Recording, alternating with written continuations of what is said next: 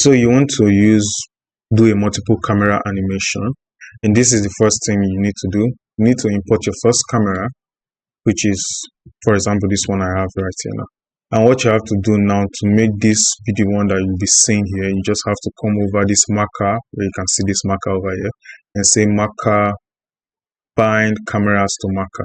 So now this camera is going to be the one that will be showing till you add another marker. So let me say, for example, now I want to start this animation here. I'll just say I for location and rotation, and I want to say, let me say 40. This is where the camera will be ending. GY, say GX. I want it to stop right here. I'll say I, rotation and location.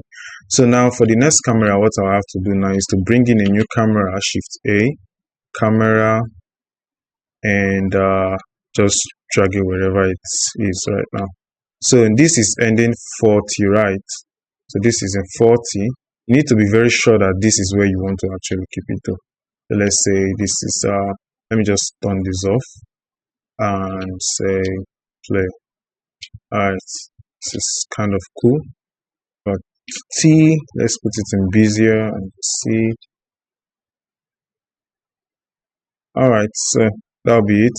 Okay, for the next one, this was saying this is where the camera should be. So this is before it will hit 40. Let's put it at 35. Before it will hit 40, we'll say we're binding this particular one. So now we go over to marker and say bind camera.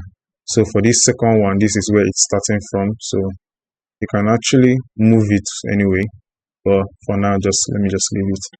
So I can say I can now move my camera according to how I want it to be. So if I go over to view camera and camera to view, I can move my camera according to how I want it. So let me say the animation. I want this animation to show us about this vitamin, something like this. Let's just put it something like this. All right, I can use this Shift A, just bring in a new empty. You can bring in anything, but I'm like making use of cube when it comes to this kind of thing. So GY, place it in the center of where you actually want this to be. So let me say GX, just okay, this is where I want it to be. So now I can parent this, Control P, object, keep transform.